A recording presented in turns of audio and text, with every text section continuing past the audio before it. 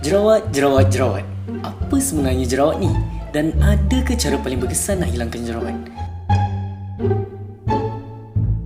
Okey, ada pelbagai jenis acne ataupun jerawat. Kita ada acne mechanica, acne fulminans, pyoderma facial, acne conglobate, concert acne, pomade acne. Tapi yang paling selalu kita jumpa, acne yang biasanya kita panggil jerawat tu, ialah acne vulgaris. Inilah blackhead lah, whitehead lah, jerawat nasi lah, jerawat batu lah, jerawat batu api lah, bla bla bla bla. Semua ni adalah kelompok acne vulgaris. Masalah jerawat ataupun acne ni memang lazim dalam mana-mana kelompok masyarakat serata dunia. Tak kira lah remaja maupun dewasa. Malah kajian dari American Academy of Dermatology Association yang bertajuk The Burden of Skin Disease, 90% dari seluruh manusia pernah, sedang ataupun akan mengalami masalah jerawat. Dari kajian lain pula menunjukkan 25% lelaki dan 50% wanita dewasa yang berumur antara 20 hingga 40 tahun masih mengalami masalah jerawat. Tak kira lah seminggu sekali ke, sebulan sekali ke, tak nak selfie masuk Instagram, Facebook ke, tak nak dating ke, tak nak interview kerja ke, esok nak photoshoot wedding ke. Ya Allah, jenazah siapa?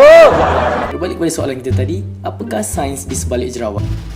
In order for me to explain this to you, I need to use a diagram of your skin.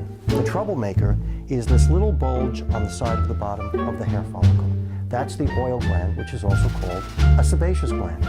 Okey, mari kita mudahkan pemahaman dengan diagram ini. Ini adalah permukaan kulit, ini adalah liang roma dan ini adalah bulu roma. Di antara liang roma terdapat gland ataupun kelenjar yang menghasilkan minyak dipanggil sebum.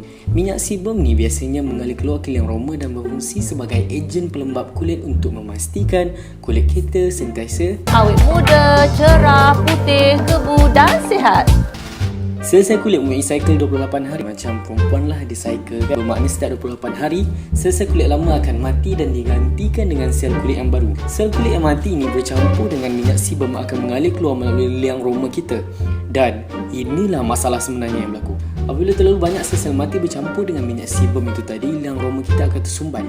Minyak sebum pula sememangnya akan sentiasa dihasilkan oleh kelenjar dan ini menyebabkan lebihan minyak sebum dalam kulit dan akan menghasilkan bau. Bakteria mula datang untuk memakan sel kulit mati tadi, imuniti badan kita mula bertindak balas dan semua proses ini akan membentuk acne ataupun yang biasanya kita panggil sebagai jerawat. So dari situ secara mudahnya kita tahu tiga punca utama adalah satu minyak sebum, dua sel kulit mati, tiga bakteria. Persoalan sebenarnya adalah apakah cara paling berkesan nak hilangkan jerawat? Oh, kau ingat aku tak faham apa yang kau cakap? Hei, kau dengar sini. Tenang kang pang, mai rerung le. Hei, puyeng. Lawang pa tanoi. Kalau suka video kami, bagi kami like atau love kat bawah. Jangan lupa like page kami mycosmeticonline.com di Facebook untuk lebih update video seterusnya dan banyak lagi tips-tips penjagaan kulit dan sebagainya. Untuk video seterusnya, iaitu cara paling berkesan terbukti menghilangkan jerawat, adakah anda mahu dari sudut A, sudut tradisional ataupun homemade, B, ubat cadangan doktor pakai yang anda boleh beli sendiri di farmasi. Sekian dari saya. Selamat petang, selamat malam, selamat pagi. Assalamualaikum. Biar abang settlekan.